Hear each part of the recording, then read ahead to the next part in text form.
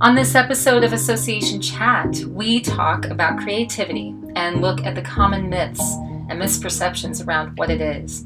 If you think that creativity is an inherent skill or talent meant only for a special few, this episode may surprise you. Enjoy this chat on Rethinking Creativity with my special guest, Monica Kang. Welcome to this edition of Association Chat, your weekly online discussion for the association community where we warm ourselves by the virtual fire with topics of the day, welcoming thought leaders and trailblazers alike to join up in this online home for the community.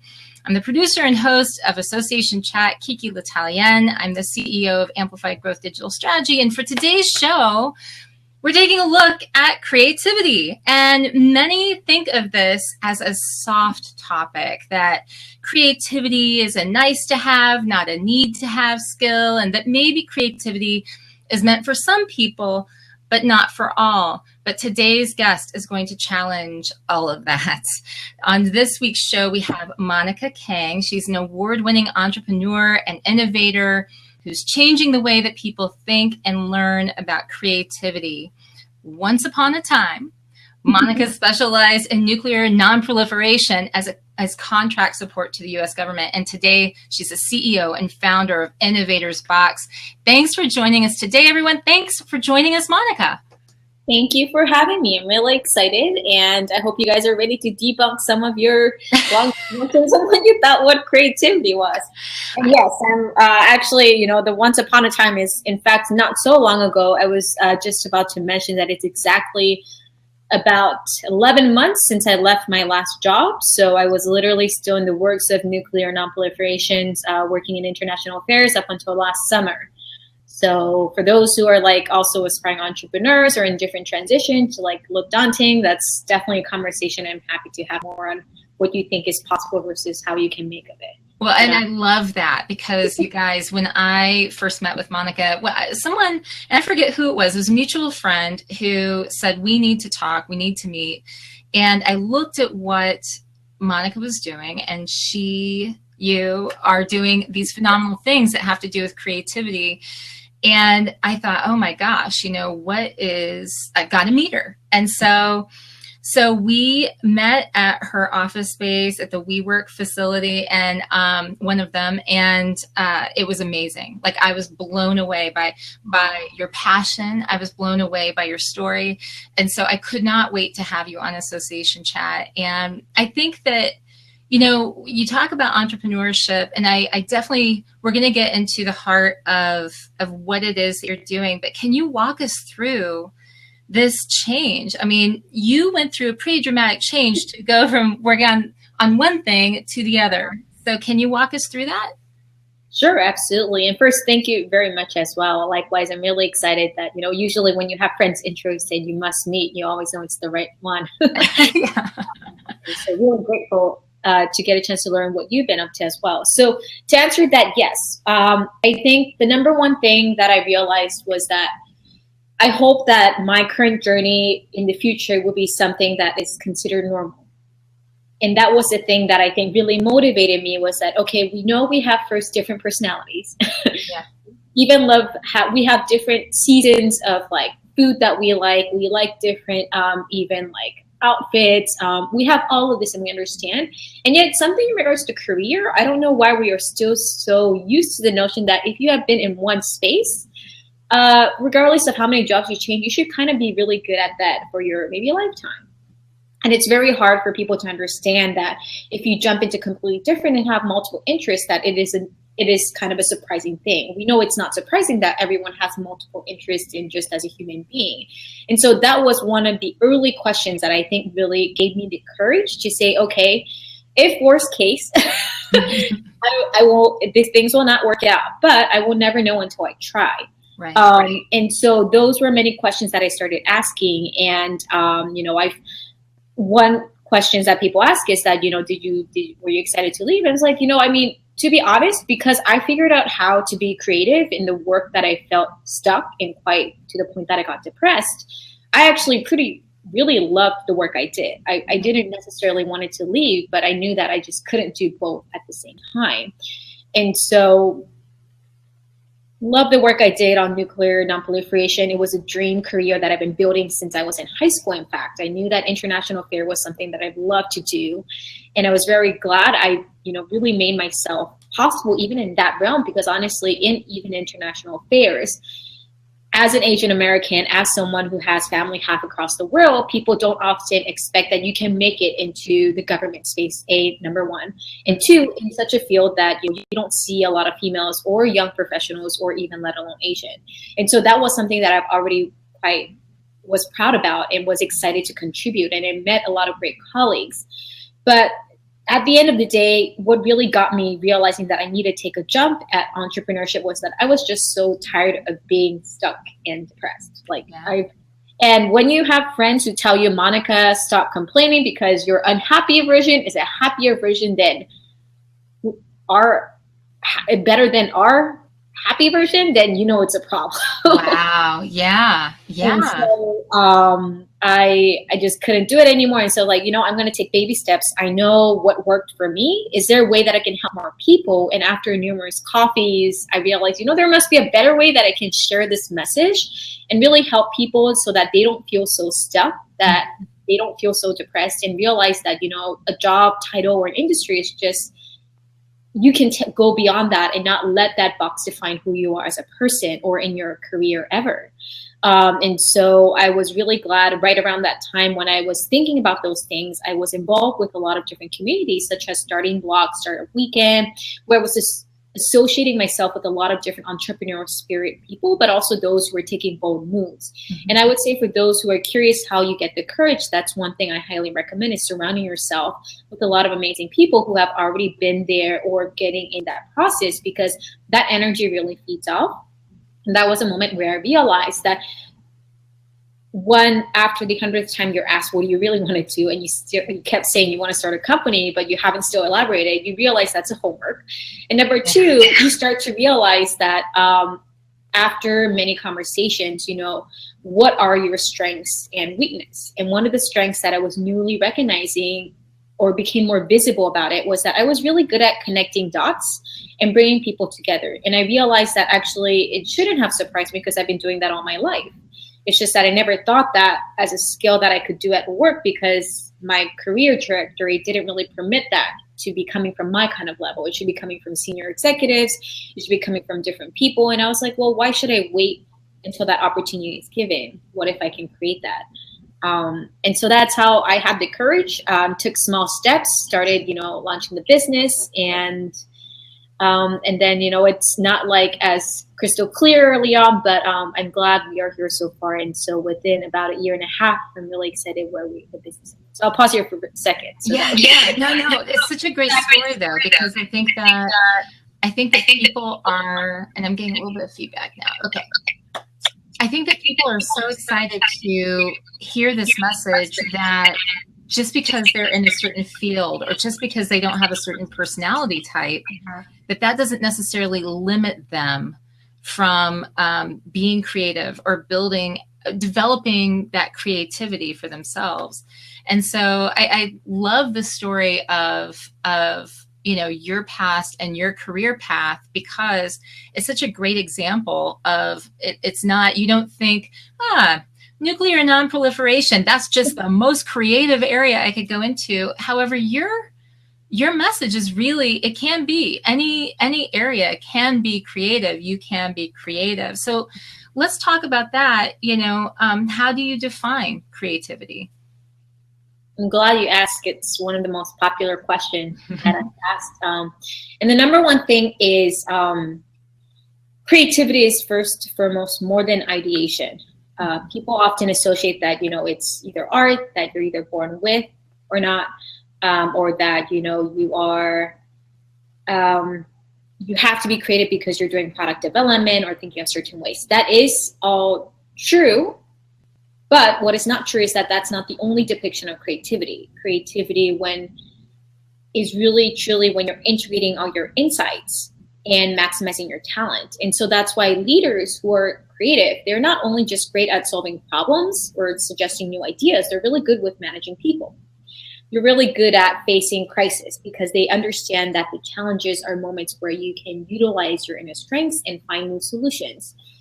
They tend to be people who are more patient because they know that, you know, you're always looking for resources to find, and if things don't work out, you learn to integrate it. And they tend to also be really great at connecting the dots in unfamiliar places and be always looking out to learn more.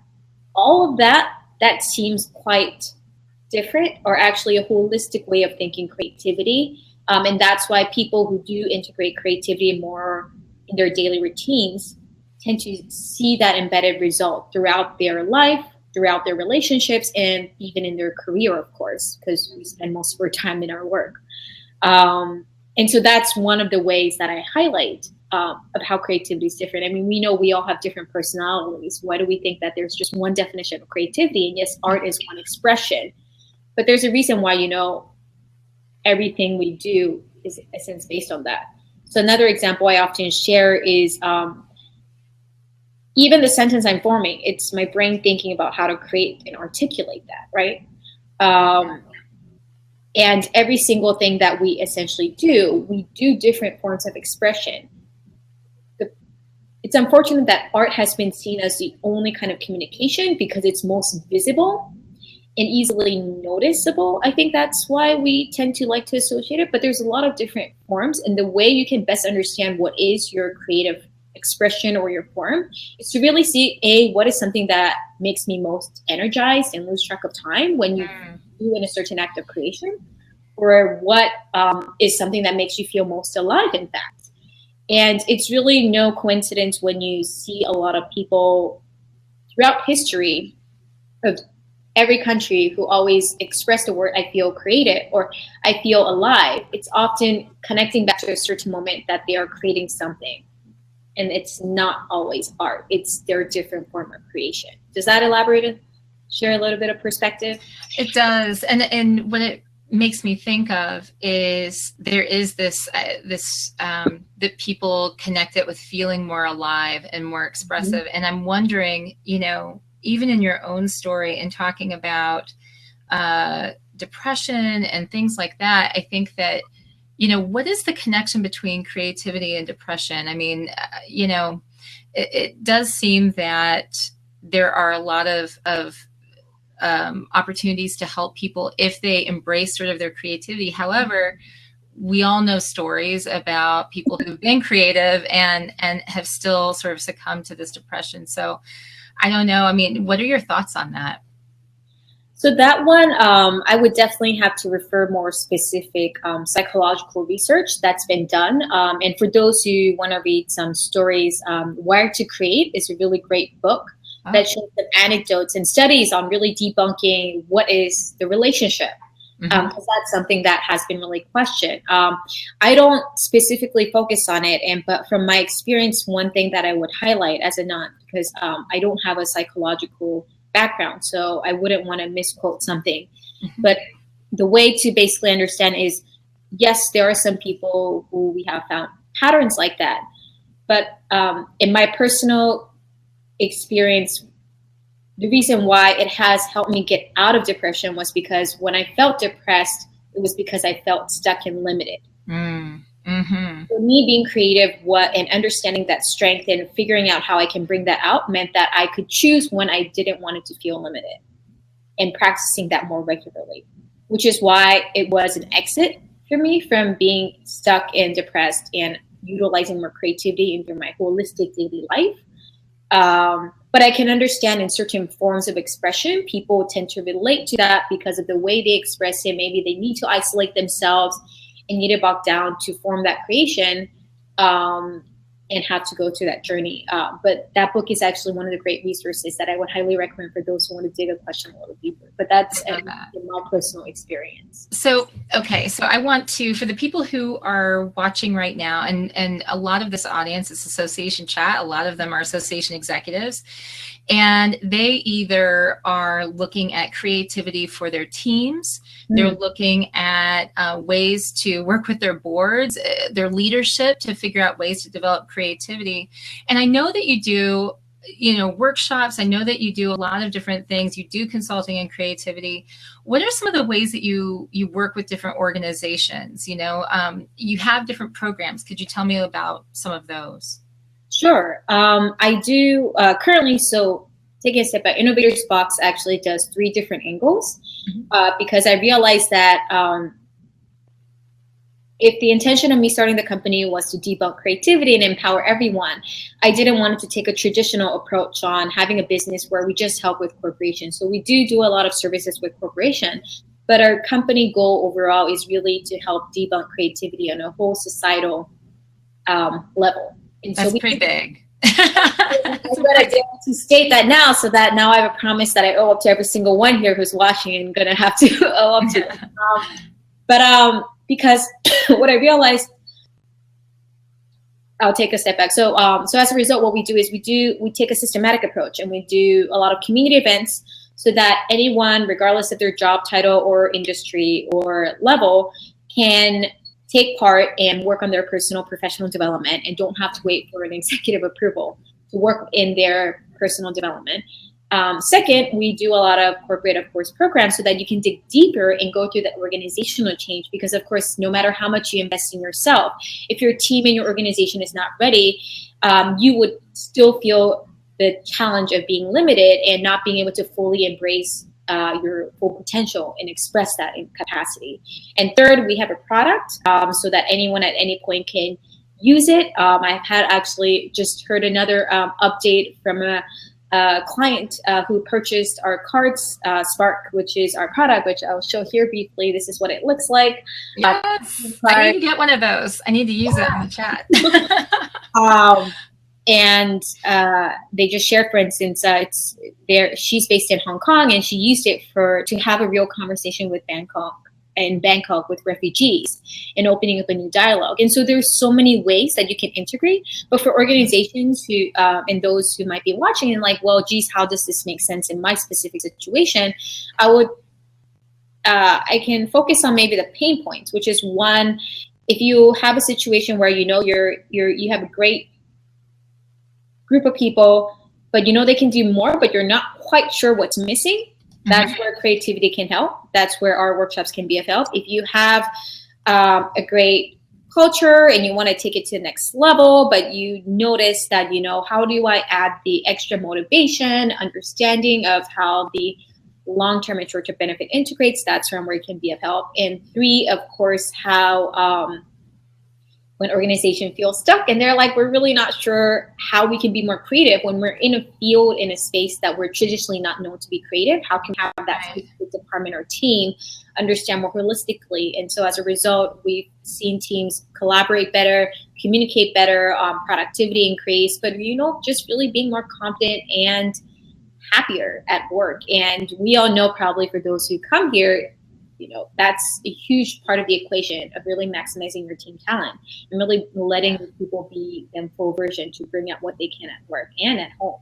Yeah. The angle that we focus on.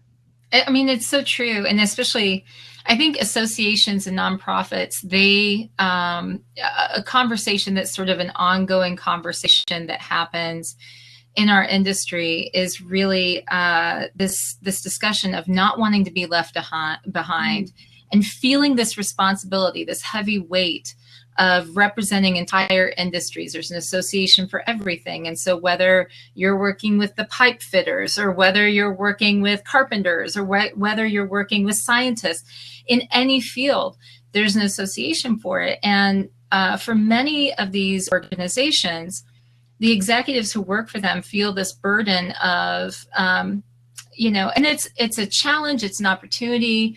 It is it's an honor, to be able to have this as a challenge, but nevertheless, it's a challenge to lead these industries. And today, we're seeing such disruption all over the place that I think a lot of people do feel definitely pressured to try to stay on top of technology and society's changes.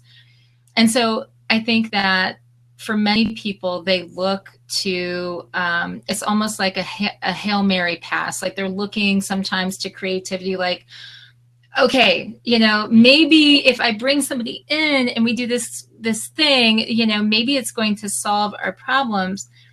And yet sometimes it doesn't. Sometimes, it doesn't always. Why do you think that is? Where do you think people go wrong in the way that they think about creativity for their organizations? I'm so glad you brought that up, because I think first off, that's the kind of conversation that's the problem. Number one is that kind of conversation is not happening. Like people are not even asking that question.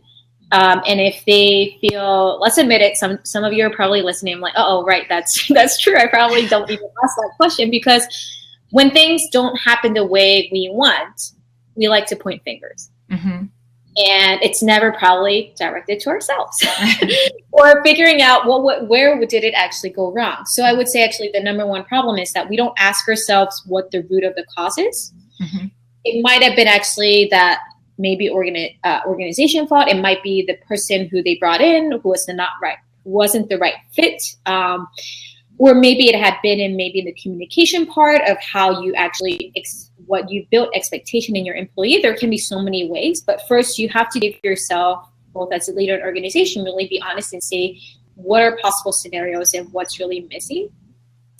And once you start thinking about, the second thing to ask yourself is, if you understand that, okay, as an organization we're committed, as a leader I'm committed, then really work with and understand what do you mean by creative, and make it very clear within the organization. I understand that, let's say you're like, Monica, I get it that we're all different creatively. I believe that we're all creative, but as a leader, and especially of a large organization and associations where you have worked with tons of different people in different spaces, making sure that everyone across any point truly understand the same definition and respects that is so critical, because there can be so many kinds of sofa. Yeah. I'm saying sofa.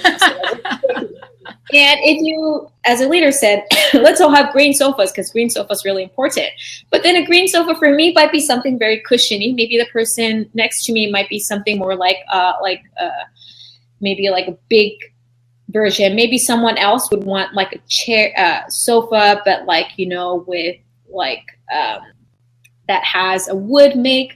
So the definition can constantly vary. So it's really important that you first communicate that. Mm-hmm. And once you then do that, of understanding what is the specific pain point. Because often when people say they want creativity and they want to tackle it, it is actually connected to a specific pain point. So finding the right company and the right consultant who understands and can tackle that is when it's the perfect match. We tackle different things, but we're probably not the right match for certain problems. And I would tell you honestly that no matter how much money you would like to pay me, I'm going to say, to honor you and your organization, I'm not the right person. Right. And you need to find people who's going to be upfront with that and honor that code.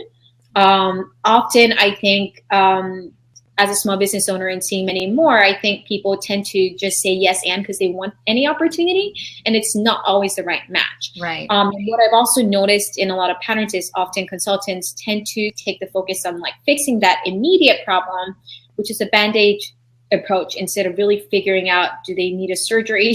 Do they need to actually dig deeper? Or is it something that they need to take a long-term approach? And not everything is just a one-time workshop solution. Right. And so those are the questions I think needs to happen more to really understand that, which you have mentioned, because it's not just one way. But I think those three different layers are something that I noticed lack. Yeah. And it doesn't help sometimes. There's many leaders most often assume that, creativity is a fancy thing, that it's a costly thing, and it's a nice to have, as you mentioned earlier. But in fact, it's actually the key element that might actually determine if you're going to survive or thrive. Mm-hmm. And it's up to you to really understand, to embrace that. as a leader. I mean, preach. I am so into that. I totally believe it.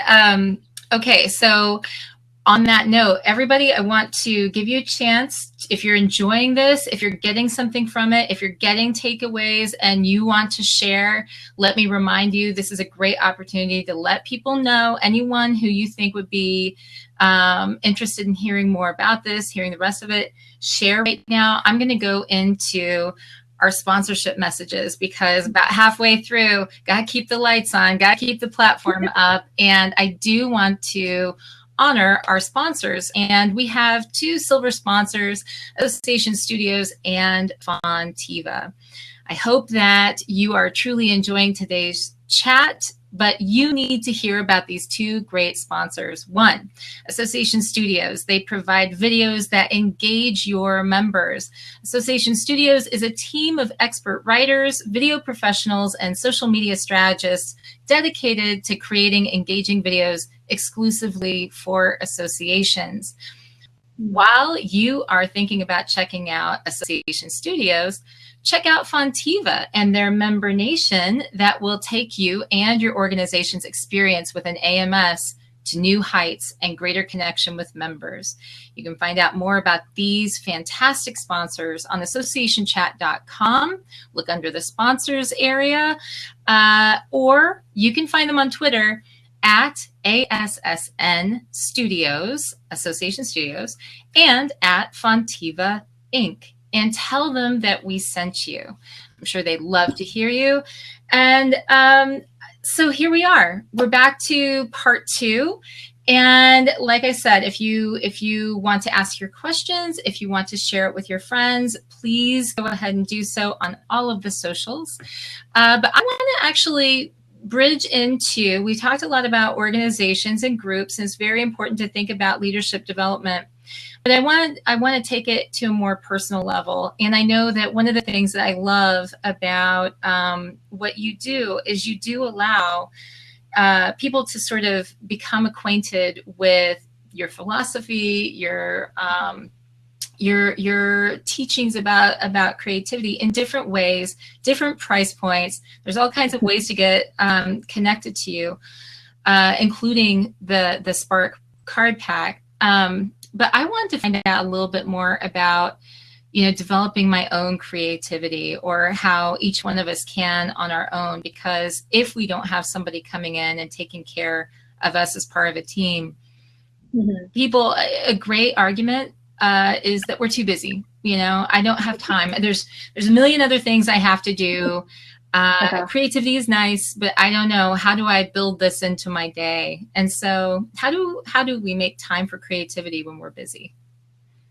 That's a very great question. And again, in fact, something that people often ask, because they're like, oh, I'm so inspired, Monica, by the story, but I think I don't really have time for this. And like, that's what you might say. But if you have time to eat, if you have time to sleep, you have time for routines, and exercising important, and all of those are important, if you really understand the value of creativity, you will make time for it. And because the thing is that I think, people often have the notion that creativity is something that you need to spend 8-10 hours. Like, I need to go to an art studio and spend all day to be inspired. I'm like, that's one way of an expression, but it's not the only way.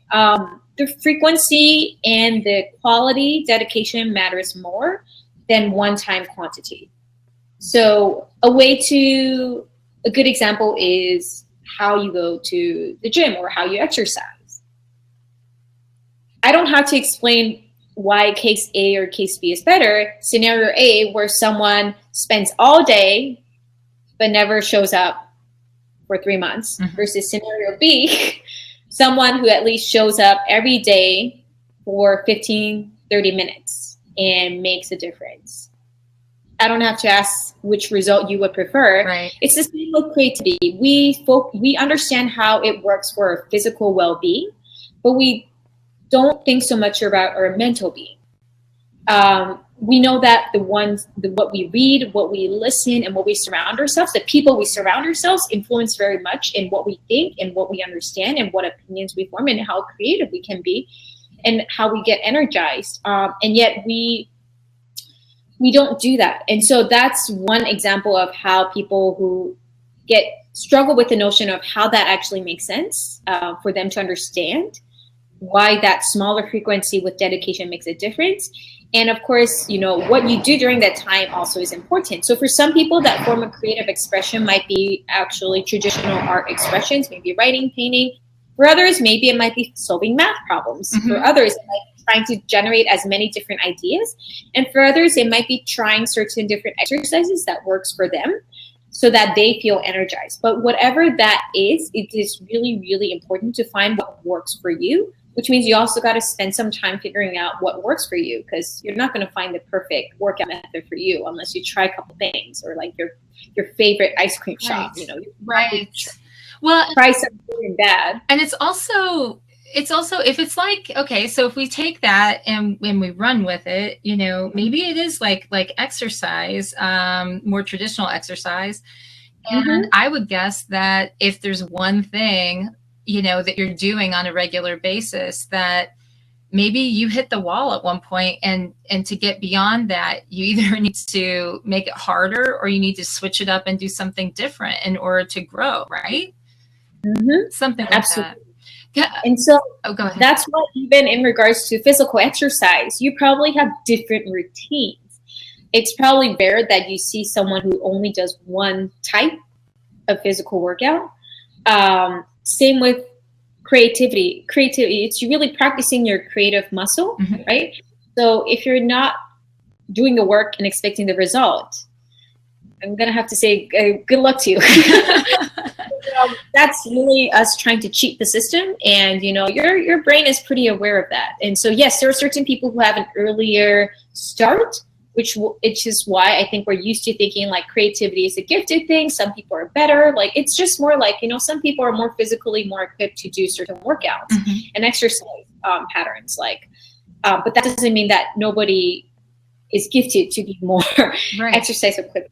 Not. So it's the same thing. And so those are kind of different analogies that I explain of help people break it down and understand. And then once you understand it, it's really important for you to be honest and give that space of practice. And if you feel like it's not working sometimes, give it a break, because it's as much as, you know, it's important to exercise, it's really important to give pauses. The most inspiring moment sometimes comes when you unplug, when you let yourself do nothing, and when you just let things go. And at times it might be something that you just need to do that 5 minutes a day. 5 minutes a day, give yourself to zone out. There's studies actually show consistently how it's very healthy, and it connects back to your creativity because you're letting your brain wander through and let your thoughts wander and let your creative bus let go. So I think one of the questions that I wanted to bring up, in preparing for talking with you today, I read several different interviews that had been done with you before. One asked some of your favorite books that you like to recommend to people. And one of the books, and I actually ordered it based on the fact that you'd mentioned it, had to do with asking better questions or asking meaningful questions. A more beautiful question. Right. And it's a really good book, and especially for those who want fact-based research. He's a professor at UPenn. Well, I'm fascinated by this idea because, you know, I think that connected to creativity is curiosity, like the need to build this curiosity. And so I wanted to ask you, you know, what your own thoughts were about developing curiosity, and maybe your own connection to the way that you work on asking more questions or digging into things more. Does that make sense? I know that's kind of a weird out there question. Because one thing that I would say is that we think creativity is this, curiosity is this, you know, questioning is this. It's actually all connected. So that's why when at the very beginning, how I define creativity, I know some people might have listened to that answer and like, Monica, that's still very fluffy. The thing is that they're all connected. And so I almost see it, creativity is the umbrella. And these are all the different skills that comes out of it and the different elements. Ooh, I love that. I love people that way. Certain things stand out more. And you absolutely, for people who are creative and have that creative drive and understand how creativity holistically works, they were absolutely curious. Because you wanting to learn more and you staying curious is the source of what drives you to want to learn more. And then like, okay, I wonder how an umbrella and a chair can make sense and create a new product. I'm very curious about that. Like, that's how you can get to start new ideas, right? And then it goes to questioning, right? The form of how I was just thinking out loud, that was a form of questioning. And so it's not, I think we often think it's either A or B, but it's really not. It's A and B. It's just that sometimes A is bolded, B is maybe underlined, maybe it's colored differently, and it comes in different shapes and forms, but it's really not either like, you know, A or B. It comes together. And for some people, something is a bit stronger. For me, I've noticed that curiosity and questioning was something that I've been hungry for throughout my entire life. I think that's why every decision I've made in my life, almost my career, my personal life, always started with personal curiosity. I'm like, I wonder what it's like if I worked in a field that I was one of the very few Asians. I mean, that's a question that I don't know that people go attack a career like that, you know, but I love that. I love that that's, you know, they're like, I wonder what would happen if. And that's actually for me what really drove. And I guess the other question of how do you then foster that when you don't feel that way, there can be many ways. I think for me, early on, I'm very grateful for parents who helped me open up and stay curious because I got exposed to different learning opportunities. And that's kind of the reason why even for us, when we do programs, we really focus on how can we make the information accessible as much as possible. Because I would say in this digital age, we have a lot of information, but what is really lacking is reaching the right information and being able to practice how to understand complex notion and digest it. That's something that's still very lacking. And so you have to find what works for you. In my case, I think, traveling a lot, having had a lot of different people interactions, of working in different fields really pushed me to stay curious. And at times, when I was younger, it was more of expressed in a form of frustration. I admit it, I'm not perfect. But I think I'm really grateful for all the mentors and peers I had who pushed me to challenge my frustration into seeing as a curiosity. And like, okay, what is that frustration telling you that you're not understanding? And so for those who feel like, Monica, I'm not a curious person, I don't question things, but like you probably all have something that you absolutely love and you hate. Yeah. If you don't, then that's something you might want to dig a little bit more time on understanding. But let's assume that we all do. Then you want to dig deeper and say, why is it that I feel that way?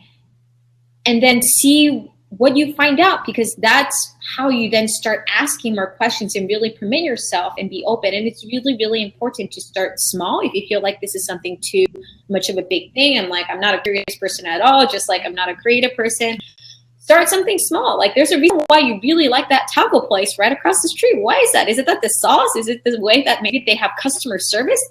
Start being curious about what you notice from your current personal and development and what you like and what you don't like.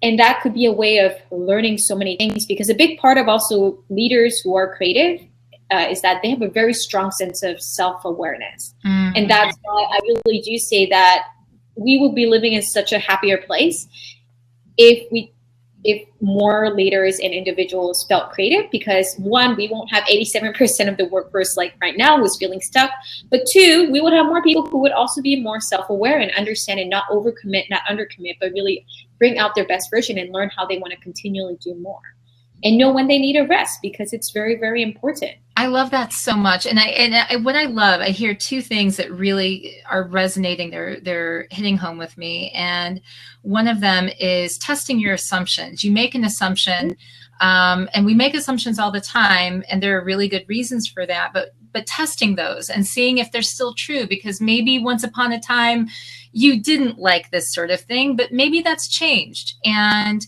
you shouldn't rely on those assumptions all the time. The second thing that you mentioned is digging in deeper into why, And so why is it that you are really, drawn to something, or why is it that that particular flower is so beautiful to you?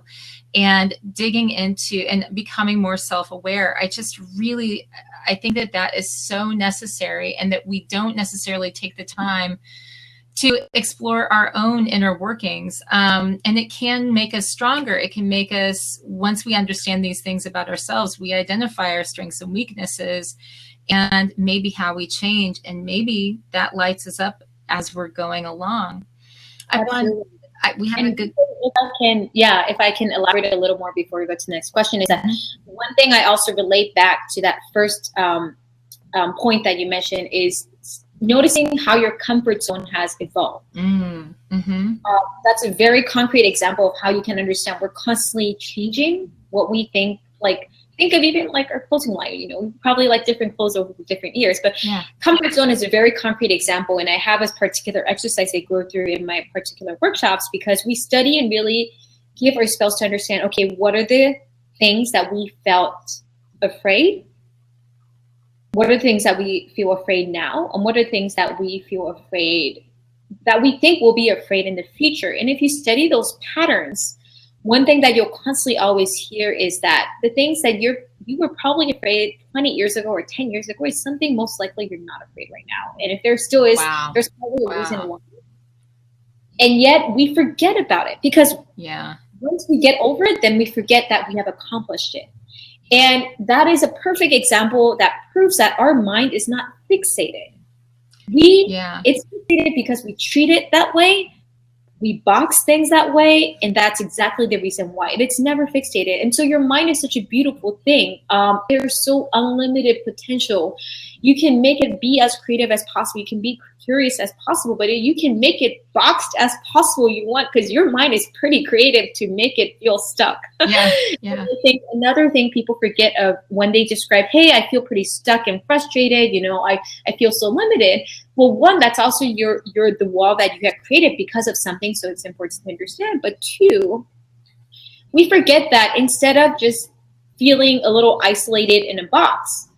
Okay, so if we're in a box, if that's the synopsis, two, have you even thought about exploring what's in the box? Did you turn the lights on? While you're in there? Yeah. Did you turn the lights on? Do you know if there's even a light? Do you know if there's like sofas? Maybe there's a whole universe. Maybe if you go underground, there's a whole thing. Because the truth is, no matter how much we talk about disruption and that we got to get out of the box, I'm pretty sure everyone who's listening here, would you feel comfortable if you came back home and your home was a different thing every single night? No.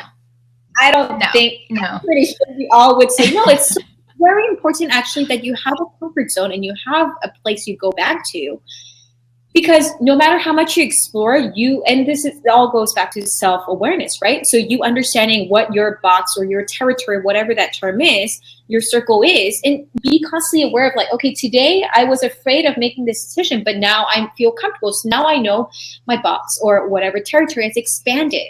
So what else can I do? Maybe today I'm not feeling so well, so I'm gonna retreat a little today, but tomorrow I want to explore a little bit. Maybe the next 10 days I'm gonna retreat a little bit because I need to rest a little. This is then when you start to articulate and understand your thought process, and you realize that, wow, it's no longer just an external factor.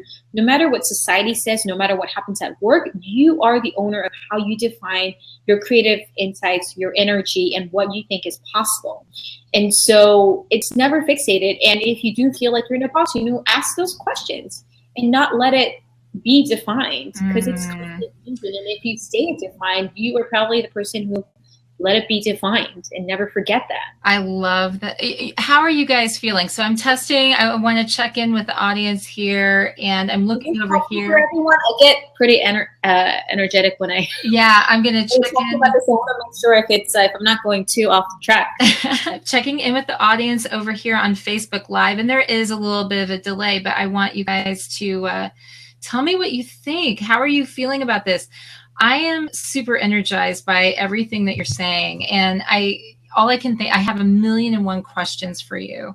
So we don't have time for 1,000,001 questions, but I want to get to Melanie's question over here. She's written in, and this question about resources, ways to generate creativity is one I want to get to. But I also want to, before we get to that, I want to ask you this question. We're talking about people, others, the people you work with who are challenged with finding and identifying creativity or growing their creativity, and ways to sort of foster that and make it stronger. Do you ever feel challenged, creative? I mean, like, it's kind of like the doctor helping themselves. Like, I feel like as an entrepreneur, and I know you have done these radical things in a very short amount of time. And you guys, I'm just going to, seriously, since I met with her, she was already winning awards when I met with her. Every time I log in, I see more awards and more things and engagements that she's off and running and organizing, and so busy. And so I think to myself, as an entrepreneur, as somebody who runs my own business, my God, you have to at times feel like you're drained. And yet here you are, and you're this light in the darkness for creativity, right? You're supposed to be showing people the way. So do you ever feel challenged with? Of course I do. I would be lying if I say I wouldn't. Do you ever you don't wake up every day and go, I feel so creative, let's challenge it. Well, I think more of one thing that I'm excited is that as I got into my journey of doing InnovatorsBox, I'm getting clarity each day and reminders that this is truly, I think, what I've been built for my entire life. Mm-hmm. And so having that confirmation and affirmation, I think, really empowers me. So it doesn't challenge me in a notion that I know I want to give up something, or it's just not going to work. If things don't work out, it's yes. Like, I get frustrated as well as every normal human being. But I think the difference is then how do you decide to channel that? Mm-hmm. One of the things I focus on is, as we were chatting a little bit earlier, is I think about how I balance out different parts. So it might not be necessarily the word creative, but if I feel that I have a busy schedule coming up, then I minimize my meeting time, because I know even though the most extroverted person I could be, I am not going to have the energy to meet thousands of people for 4 weeks. Like, I need a day where I'm being antisocial. I watch movies all day. Netflix, I've been watching you quite a bit.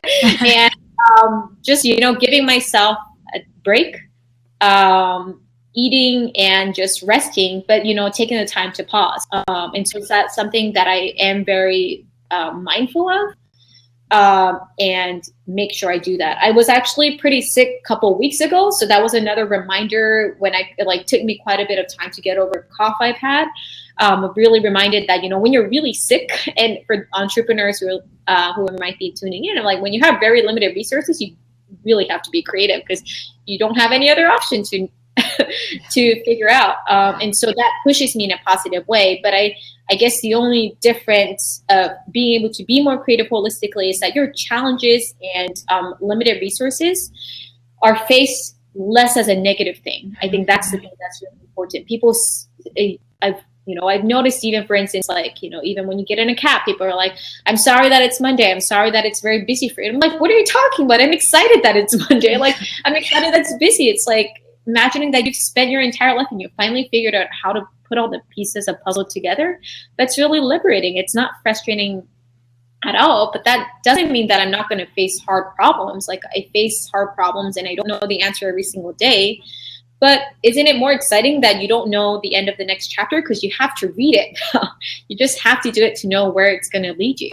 And if you already knew everything, you'll probably just sit and wait, because you already know the result. Yeah, that'd be so boring. I told my daughter, I have a 9-year-old. My 9-year-old, and they grow so fast, but she was talking about, she wished that she could be perfect. And I said, no. I said, can you imagine if you were perfect, if everything you said was perfect, if you looked perfect, you acted perfect, everybody responded to you, and everything you said was perfect. It'd be so boring. And I was like, for one day, you'd be like, oh, that's the best day. And then the second day, you would be extremely bored, because How boring. There's no learning, there's no challenge, there's no risk. Everything you do is perfect. There's nothing there. And so it's so empty. I think that a lot of times these challenges are kind of beautiful because they offer you the chance to learn and really explore such a wide variety of emotions.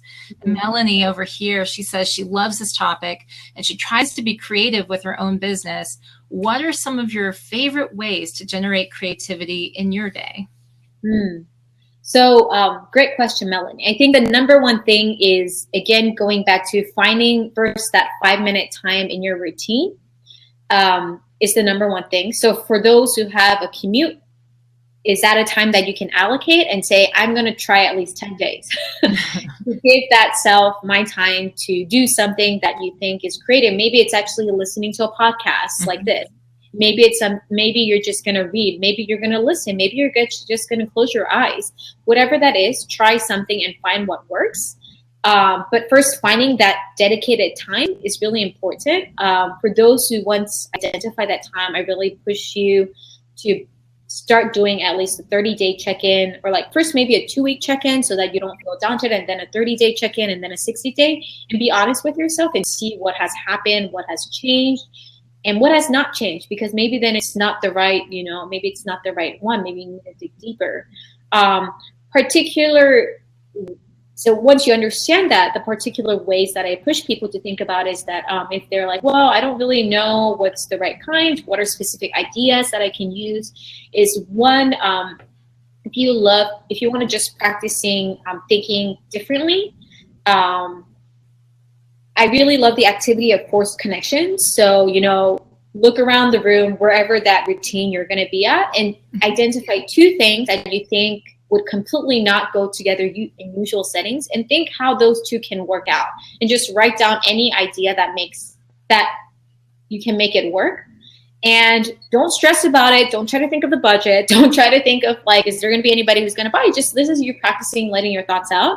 And do, again, also like a 2-week journey, a 30-day journey. And for those who love Instagrams, take an Instagram picture and say, I'm going to do a 2-week journey, and share random pictures where I find random connections, and share that and find a way you can document it. Because when you start document and know where you started, you can see where you're going later. It's really important to have some form of measurement so that you understand and be aware of where you're heading. Wow, I love that. I'm sorry. I'm like, I need to make that happen. I think I'm going to do that after this. Yeah. After this show, I'm going to start doing that. That's something very easy to remember. Yeah. It's just that the consistency is very important for you to keep doing. One example of actually a cartoonist who did is that he wanted to break the ice of his routine of being a creative as well. So what he did is that he would pick up a random object. Always something completely random. Maybe it's a cup, maybe it's a button, a pen. Yeah. Okay. And then he would place it, and then he would illustrate something with that, so that it's a whole picture. But the whatever the object is, the key point of the picture. But you would have never have gotten to that illustration when you just saw that object. And so fascinating. It's fascinating. And so he has actually an Instagram account where he shares this so that he stays accountable. And that's actually how he got pretty famous as well, because he's pretty well known. Apparently, he does a lot of cartoon on New York Times. There's actually one of the Netflix documentary series called Abstract. The cartoonist is actually him. So for those because I forgot the name right now, but if you want to look him up. He has also done some crazy different approaches, because he wanted to make sure that he stays creative. Because it's, for those who also feel like, Monica, I'm worried that I'm going to be too tired. I'm like, okay, yes, one thing I should warn you about is just like when you exercise and you feel your body's a little tired, when you exercise creativity, your mind might feel a little tired because you've done the hard work.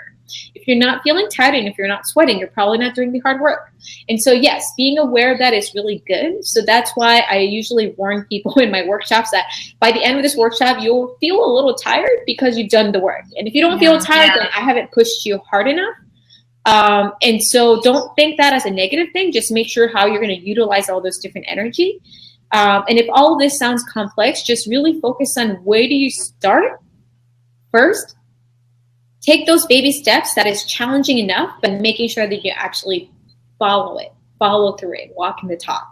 And so that's something that I really push people to think of. But I hope that answers Melanie's question. I think it's and you know, we are coming up against our time, the end of our time for today.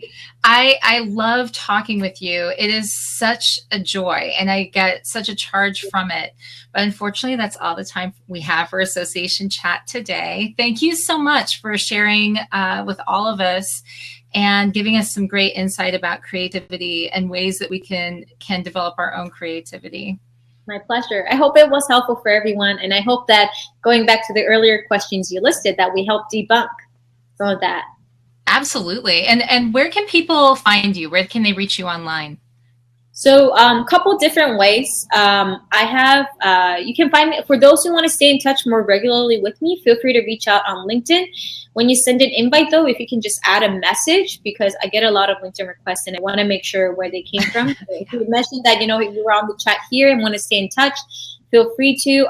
InnovatorsBox as a company is all on different social media.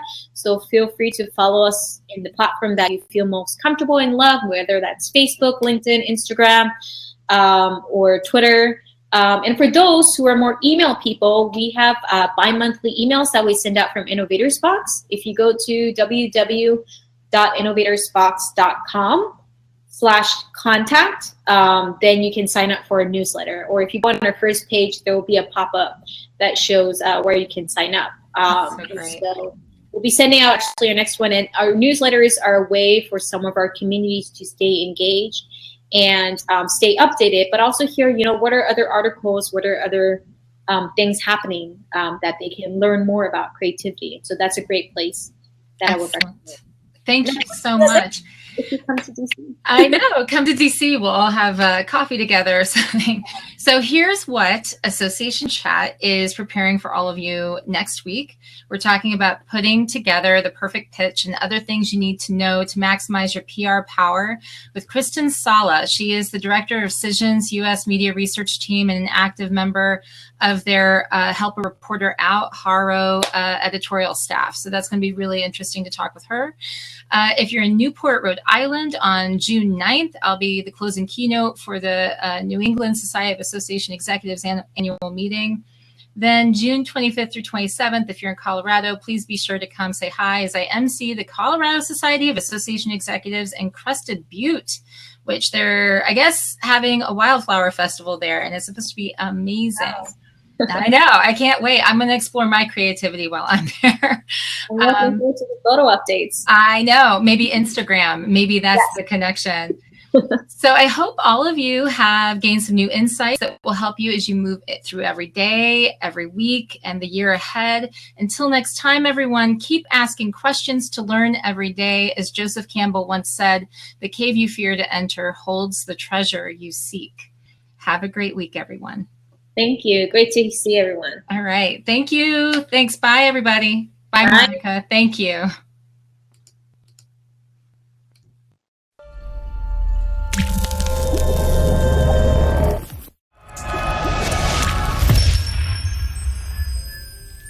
So, what did you think? What will you do differently now that you've listened to this episode?